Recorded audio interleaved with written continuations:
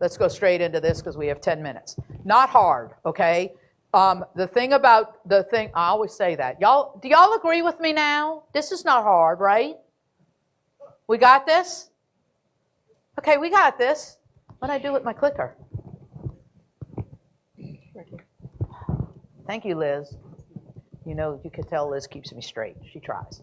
Okay, so what we know about the budget in government, this is a big, big change in government, okay? And the thing about it is that it is legal. So I worked in the for-profit world, and my boss said, we were a manufacturer, we produced 3 products, essentially. And my boss said, Diane, I want you to come up with a projection of what we think the fiscal year is going to be, our revenues and our expenses. Yes, sir. I had best case, worst case, and something in between based on my product mix. It was a projection. It went nowhere. It meant nothing except I'm trying to think, hopefully we're not losing money, because if we are, I got to turn this thing around, right, and give him some insights into that. But it didn't mean anything. Budgets in government mean everything. It's a legal document. You have to go through a process. The slides right away that we won't get to are the vast majority in this, and this is how to comply with the Local Government Budget Act in 10 easy steps. And why? So go through those slides when you can. That is our second most common audit finding to do. And if you're struggling with this, those slides hopefully will help you with that. But we're not going to get to that so much at a detailed level in the time that we have.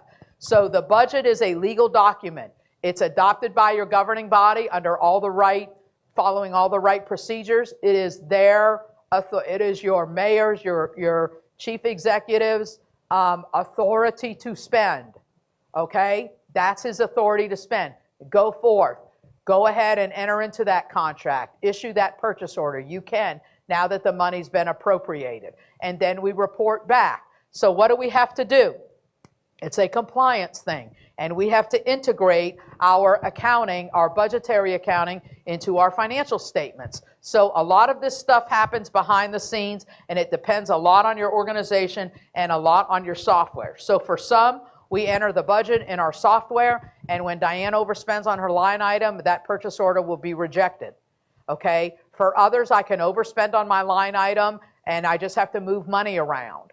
Okay, and things like that. So the legal level of budgetary control is a very, very important concept. And what does that mean? That is the level, whether it's at the line item level, the fund, the department, whatever, that your chief executive can move money around without having to amend the budget and go to the governing council. Okay, so the types of budgets that we have our operating, that's the most important. Loss and Act municipalities are required to also have a capital outlay. We have program budgets. These are basically our grants, right? We're getting this money, but what are the categories that we're going to spend this money in? And we have those projects, excuse me, budgets that are basically our construction projects. So see that $80 million capital asset we've been talking about all morning? It may have taken 2 or 3 years to actually spend all of that money. That's a construction project budget, right? Crosses fiscal years. Your construction manager doesn't think of that. He thinks of 80 million,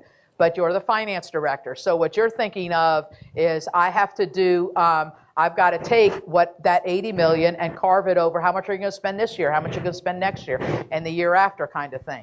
Okay, so that's the kind of budgets that we have. We have very different methodologies for those. The 4 basic kinds are right here. I will tell you that my experience is that I do not do 100% of a budget using incremental or doing value proposition or anything like that. No. It depends on what I'm budgeting for what it is. So let's take incremental. Use last year's budget. What's that good for? Things like maybe leases and rental and those kinds of things. Maybe office supplies, right? Activity-based is first we're going to look at our goals, and then we're going to go ahead and set those budgets up. So Diane has goals and hopes and dreams of buying new accounting software. Okay, that's going to be activity-based. Value proposition, look at the value that's created at each step. This is very common in construction budgets. Do we really need to do that? Yes or no? And zero-based is great for professional services. That means start at zero and tell me what money you need. Well, I'm going to spend $10,000 on this, and I'm going to spend $15,000 on that, and I'm going to need $1 million over here. That's zero base. Start at zero, justify every cost. So you can see how in your budget with your expenses and the things that you're doing that you may do all of those. So also it's important to incorporate strategic planning. To our elected officials in the audience, you may serve a 4-year term or a 6-year term, but really for the government, that government that you're serving may have been around 200 years. And so your staff thinks about it with the 200-year thing. We're doing strategic long-term. So it's not good to spend everything that you have all at one time, right? You have to think strategic. You have to think that things that you want to do take longer than 1 fiscal year. You may not finish that construction, $80 million construction project for 3 years, but wait till we finish it. Wait till you see how great it's going to be for our community. So that's strategic and long-term. And you also have to think about a lot of those trends that we saw. So if your property values are declining, if your population is declining, you need to look at those and you need to think strategically. You need to look at your revenue sources and you're like, Houston, we have a problem. Let's put some brain power to this. Let's bring in some people to help us because we may have to change what we're doing. Okay, so that's what that means for that. So yes, the budget it's that full authority to spend. So what happens is when you basically the concept is at the beginning of the year when Diane has $100,000 in her local government department, for professional services, I issue a purchase order for $80,000. That money is now encumbered. So Liz cannot go and enter a purchase order for $30,000 because I'm now over. That's what it means. You encumber the funds so that you can't overspend, okay? A lot of this is in the old days, and I am not this old, but in the old days, we did journal entries for it. But new day, this is all handled behind the scenes in your governments. So here's an example that you can go through for it. So the school board approves a budget for $500,000. In August, they issue the purchase order. So what happens on that line item? They encumber the $450,000 and they have $50,000 unencumbered. You don't enter this in the general ledger. Budgetary accounting is not general ledger, not the financial reporting that we saw. It's going to be your budget module, it's going to be your purchasing module, somewhere in there. And then in March, when we receive those school buses, that's when it hits our general ledger, our $450,000 to do that. So here's kind of an example of that. When they adopt the budget, in your budget or your purchase module, you're going to enter that $500,000 on that line item. But in your general ledger, you do nothing. They just adopted the budget. When you have that purchase order, there again, in your general ledger, you do nothing. But in your budget module, you'll pull out that $450,000, okay? And you have an amount remaining. And then when you get those buses, that's when it hits your GL. Okay, that's when you record that invoice. And then your encumbrances, if your encumbrances lap, this is, again, going to be in your SSAP, or it might be in your notes to your RSI, to your budgetary comparison schedule, whether or not your encumbrances lap. So when they lapse, that $50,000 goes away. I can't spend it. In some, that will carry over to next year, and I get to start with $50,000. So that's what that is. So here is one for St. James Parish, where they have their original, their final, their actual, and we saw some of these. Again, in your budgetary comparison schedule, you do not have to have all those amended budgets in between for that. And it is to show our legal compliance. That's what this is for. You legally adopted a budget. It was for this amount of money. Show me how much you spent compared with your legally adopted budget for that. And then here's one for, this one is, I wanted to show you this one because look at that one for the expenditures in their budget. So they had no original budget for this. They did have some fund balance. And this is the Gramercy Volunteer Fire Department restricted fund. So they have a restricted fund that had $177,000 fund balance, restricted. So they didn't adopt a budget, and they went to go spend money.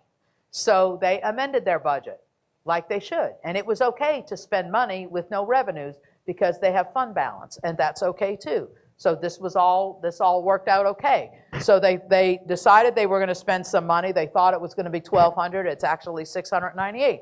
So even though this is no original budget but has a final, it's all good. You see, it's all good. because at the beginning of the year, our budget is our estimate. That's why we have to watch it and monitor it. That's why you have that statewide AUP that Barry talked about yesterday, and the importance of that, because we have to amend. So let's talk about when do we amend?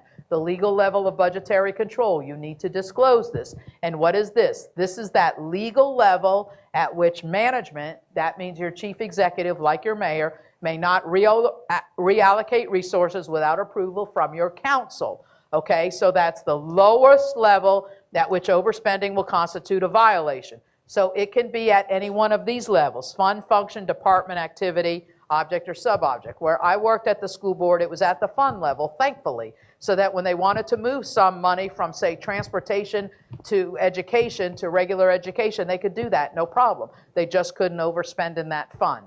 So that's what made that, without going and to the council and amending the budget.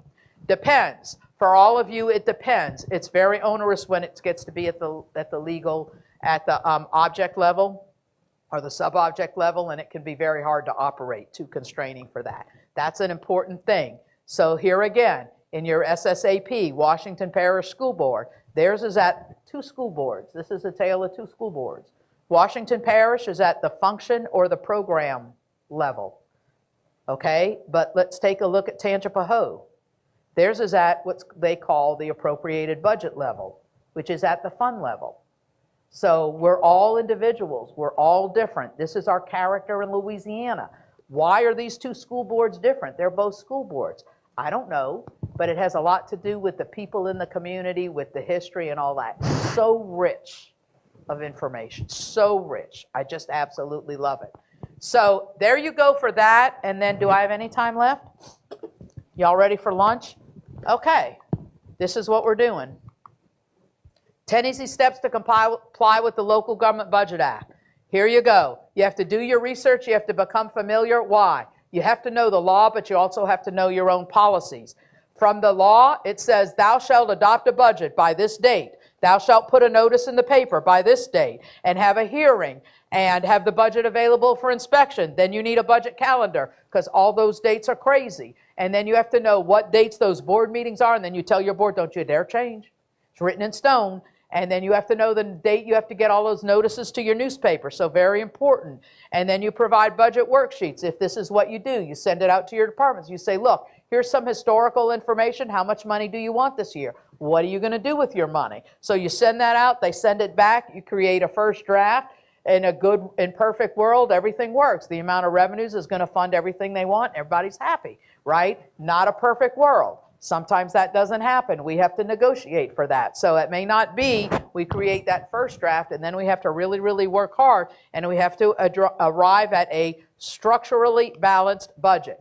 How you define a balanced budget is according to your organization.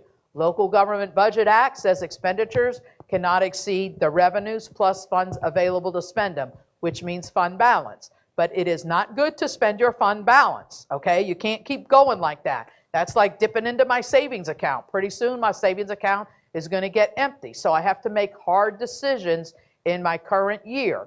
It's much easier to make a hard decision this year than to say, oh, let's not make the decision. Let's just keep going how we're going, and we're not going to cut expenditures. And 5 years from now, you have to do a RIF or something that's really, really reduction in force or something that's really, really hard. This is it. This is where the rubber meets the road. You have to make those hard financial decisions each and every year.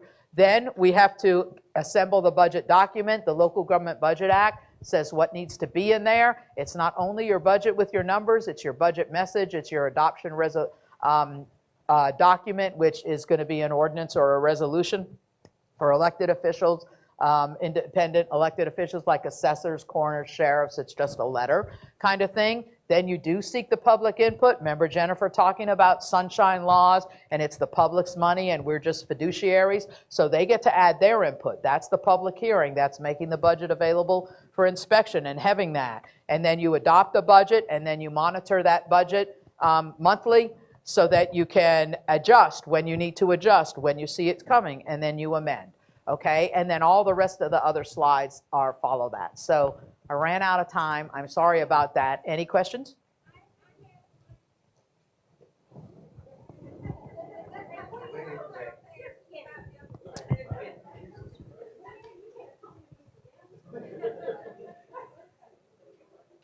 Oh, that said WIA.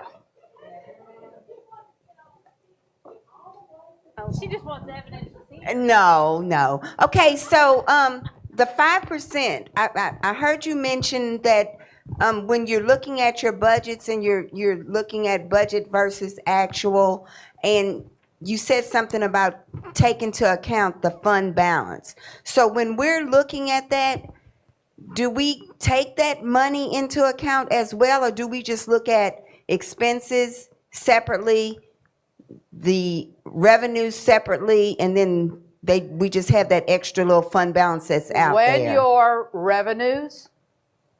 when your actual revenues are going to be 5% or more less than your budgeted revenues, amend. When your actual expenses are going to be 5%, expenditures are going to be 5% or more, unfavorable variance, then your budgeted revenues, amend. What Jennifer told us yesterday is you cannot spend money unless it's appropriated. So that's why we showed you that grant from the Volunteer Fire District. Why? Because they had to adopt a budget so they could spend that money. So originally they weren't thinking of adopting a budget, right? And then they said, oh, we have an expense. We can spend it out of this fund. Let's do that. They amended their budget so that they can spend it. Okay, so what about that extra little slush? Fund balance, Yes. it depends. And the answer to that is, if you are using fund balance to fund your current year budget, then you will have to amend. So that usually you adopt a budget before your audited reports are done, are ready. So if you have an estimated fund balance at that point, because you don't know until your audit's done 6 months later. So if you are using fund balance to fund current year, when your audit report comes out and that is 5% or more less than what you were expecting, you have to amend. So yes, you would have to amend if you're using fund balance to fund. But I don't like you using fund balance to fund current operations. But sometimes we do that. Sometimes we're saving money, and we see that in our restricted and committed and assigned fund balance, right? Especially assigned fund balance. So at some point we get that, and then we say, okay, time to spend. We've been saving up for years, time to spend. And in that fund, we may actually have, no revenues, just expenses, right? But it's okay because we're using our fund balance. That's what we always wanted to do. Judy, you good? All right, close out the program. Thank you for being with us. We really, really appreciate it. Thank you for your attention all of this time. To our online folks, thank you also for your attendance. You know that we're going to send out the survey. We want your responses. We designed the program around your responses. You would not believe how we slice and dice that information and respond to it. And then Liz will be sending you those CPE certificates. So guess what? You are armed with knowledge. Go forth and conquer. Thank you. All right.